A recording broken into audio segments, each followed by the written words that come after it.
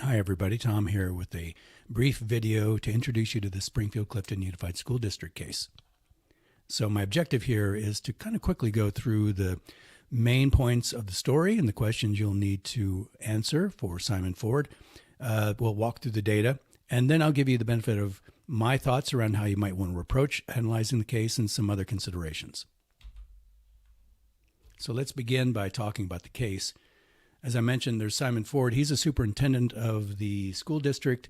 Over the past couple of years, he's made some improvements to how teachers are selected at in the school district.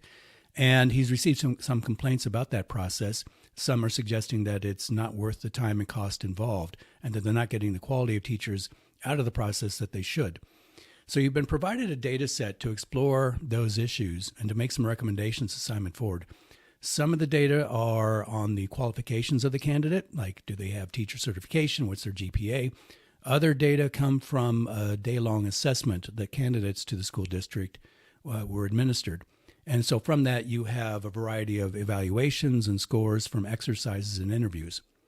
The dependent measures you have are, we'll go over those in a minute, but there are several that you'll need to consider in responding to the recommendation you need to make for Simon. So you'll use those data to recommend to Simon what factors should they be using as they hire new teachers. What are the best predictors of whether teachers will be successful in the role? What factors produce or predict student performance on standardized tests? So here you're thinking about what are some factors about the teachers that might predict whether or not students do well. And then the third question is how much stock or how much confidence should Ford have in these characteristics that you're recommending? Do we have a lot of faith that this is the right answer, or is there something else we should be considering? So here are the variables found in the data set.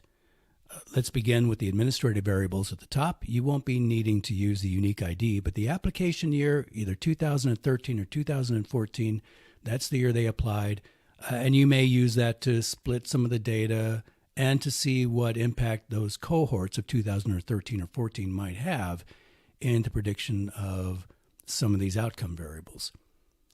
The variables you see here in gray all stem from either the evaluation of the teacher in their day-long assessment, or instruments that were delivered before that assessment, or just information that was pulled from the candidate's resume. So the mindset evaluations at the top came from assessments administered before they provided a day-long assessment. Their evaluations of learning orientation, confidence, interest in student development, and conscientiousness, one of the big five personality variables. Each of them is on a rating from 1 to 5. The three accomplishments refer to teacher qualifications that were gathered from the teacher's resume. There is undergraduate GPA, which it should range from 0 to 4, but it can range in this data set from 0 to 4.2, where the 4.2 reflects the weighting of some types of classwork the candidate might have been engaged in. Academic preparation refers to the degrees that the candidate has and their relevance to teaching positions. And then teacher certification is either yes or no, 0 or 1. They've either passed a certification test or they have not. The 5 skills were evaluated from the day-long assessment the candidates were subjected to. There are evaluations of problem solving, communication, and classroom suitability. Those came from individual and group exercises. They're on a rating from 1 to 5. Second or third language spoken is 1, 2, or 3, as you can see. And then conflict management, for some reason, is an evaluation that was made on a 6-point scale. And then finally, what you see are the dependent measures provided. There are 5 different outcome measures that you could use to help explore the data and answer the questions that Simon Ford is interested in. Admitted is whether or not, from the selection process, they were offered a teacher position. They may or may not have taken the position. Whether they took the position is indicated in the began teaching variable. That indicates that they accepted a position and taught in the school district. Retained is after a year of teaching, were they retained? Did they stay in the school district? Also collected about a year into their tenure, it was principal evaluation and benchmark achievement. Principal evaluation is a subjective judgment made by the principal and student family members. It's about the quality of the learning environment created by the teacher. It's a aggregated set of ratings, which is converted to a number from 0 to 100.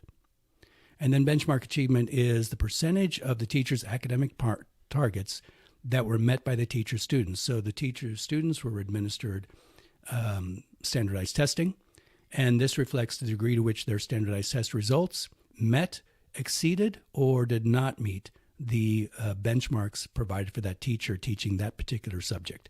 So it can range from 0 to well over 100, which if it's over 100, that would suggest that the teacher's students exceeded the benchmark for that particular class. So with that data in mind, here's some steps you might want to take in analyzing the data. First, you might, of course, want to get familiar with the data by exploring it, doing a lot of descriptives and looking at plots of the data, looking at the relationships between data either by correlations or by splitting the data by categorical variables, or doing plots of one variable against another. Your understanding of the data and your understanding of the case should then lead you to making hypotheses about the case. Those hypotheses might be centered around different dependent measures that are available to you. So there are two dependent measures that have to do with teacher performance in the job. That's the principal evaluation and the benchmark achieved.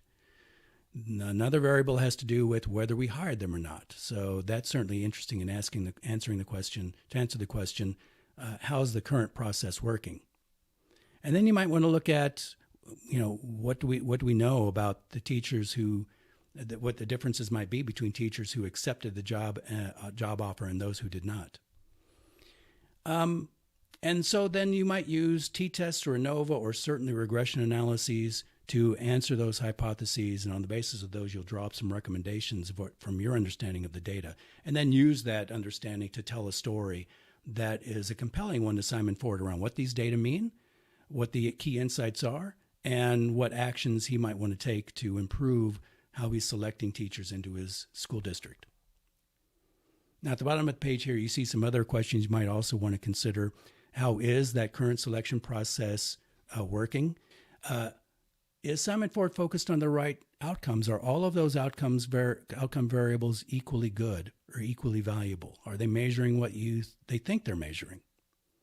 And then I would also look to see if you think there are any interactions between predictor variables that might lead to a better prediction of some dependent variable. So to learn more about that, go watch the video I provided on regression. And in that, I provide some guidance on what an interaction is and how to test for that in multiple regression. In addition, I provide some detail around a particular way of doing regression called block entry. You don't have to use it if you don't want to, but you might want to explore it to see if it's a way of getting even a better, deeper understanding of which characteristics are most predictive of some of those outcome variables. So go listen to that video and see if you can utilize some of that in your analytics. Of course, if you have any questions about the case, feel free to bring that to office hours or write me an email or reach me in some other way. I'm happy to engage on that. I hope this video has been helpful. Good luck with the case.